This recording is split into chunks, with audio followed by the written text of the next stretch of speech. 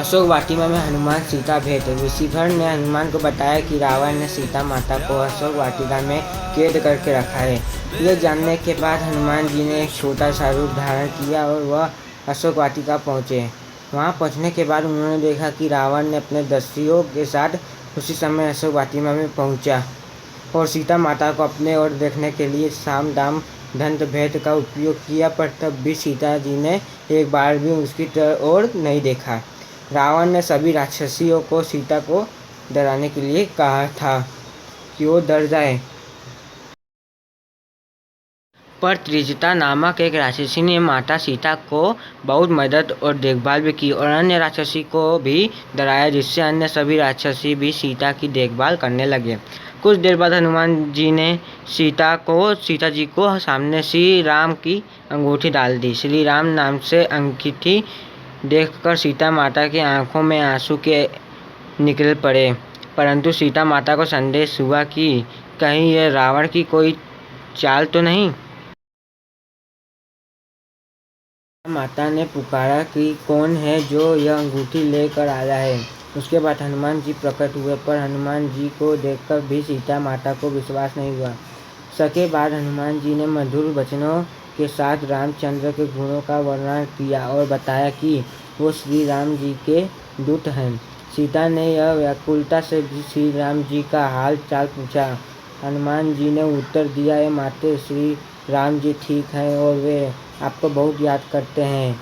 वे बहुत जल्दी ही आपको लेने आएंगे और मैं शीघ्र ही आपका संदेश श्री राम जी के पास पहुंचा दूंगा।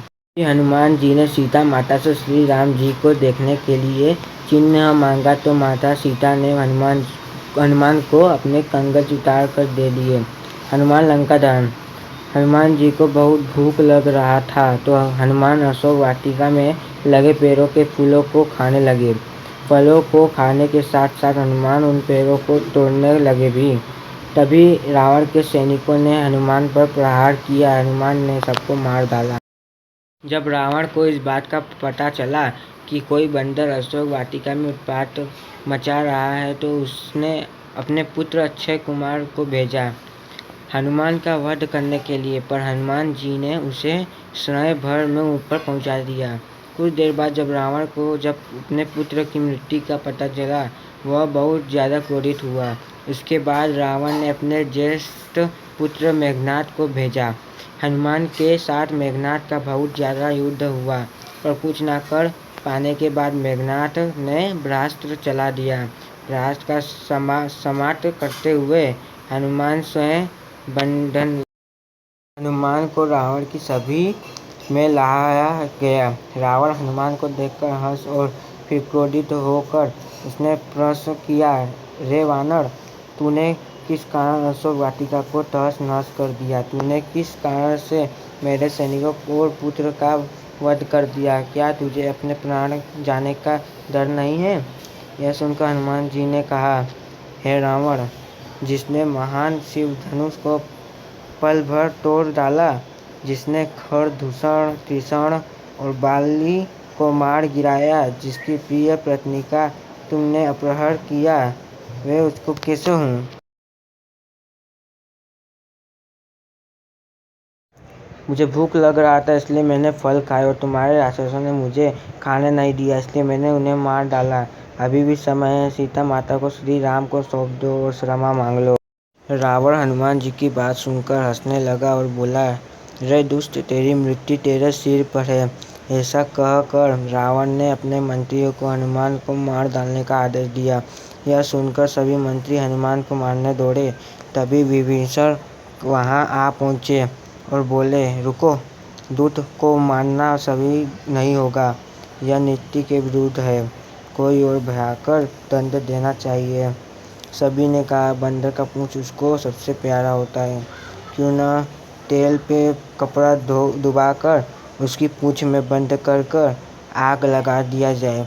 हनुमान जी की पूंछ पर तेल वाला कपड़ा बांधकर आग लगा दिया गया और जैसे ही पूंछ में आग लगी, हनुमान जी ने बंधन मुक्त होकर एक छत से दूसरे में कूदते गए और पूरी सोने की लंका में आग लगा के समुद्र की ओर चले गए और वहां अपनी पूंछ पर लगी आग को बुझा दिए। वहां से सीधे हनुमान जी श्री राम के पास लौटे और वहां उन्होंने श्री राम को सीता माता के विषय में बताया और उनके कंगन भी दिखाए। सीता माता ने निशानी को देखकर श्री राम भावुक हो गए। अब श्री राम को वानर सेना की चिंता का विषय था, कैसे पूरी सेना समुद्र के दूसरे ओर जा सकेंगे। श्री राम जी ने समुद्र से निवेदन किया कि वे रास्ता दे ताकि उनकी सेना समुद्र पार कर सके, परंतु कई बार कहने पर भी समुद्र ने उनकी बात नहीं मानी। तब राम ने लक्ष्मण से धनुष मांगा और अग्नि बाण को समुद्र में साधा, जिससे कि पानी सूख जाए और वे आगे बढ़ सके।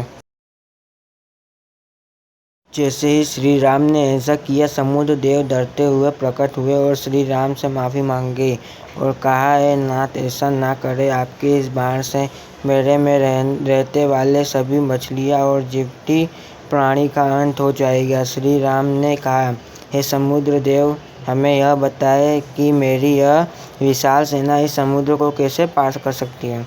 समुद्र देव ने उत्तर दिया, है रघुनंदन राम, आपकी सेना में 2 वानर हैं, नल और नील।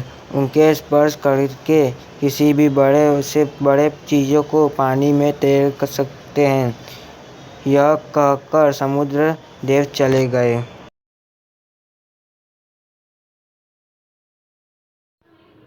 समुद्र पार सके, परंतु कई बार कहने पर भी समुद्र ने उनकी बात नहीं मानी। तब राम ने लक्ष्मण से धनुष मांगा और अग्नि बाण को समुद्र पर साधा, जिससे कि पानी सूख जाए और वे आगे बढ़ सके।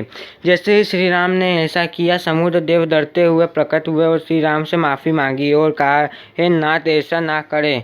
आपके इस बाण से मेरे में रहते वाले सभी मछलियों को जीवित प्राणी का अंत हो जाएगा। श्री राम ने कहा, हे समुद्र देव, हमें यह बताएं कि मेरी यह विशाल सेना इस समुद्र को कैसे पार करे। समुद्र देव ने उत्तर दिया, है रघुनंदन राम, आपकी सेना में 2 वानर हैं, नल और नील। उनके स्पर्श करने किसी भी बड़े से बड़े चीज़ों को पानी में तैरा सकते हैं। यह कहकर समुद्र देव चले गए। उनकी सलाह के अनुसार नल और नील के पत्थर पर श्री राम के नाम लिख कर समुद्र में फेंक के देखा तो पत्थर तैरने लगा। उसके बाद एक के बाद एक करके नल नील समुद्र में पत्थर को समुद्र में फेंकते रहे और समुद्र के अगले छोर तक पहुंच गए।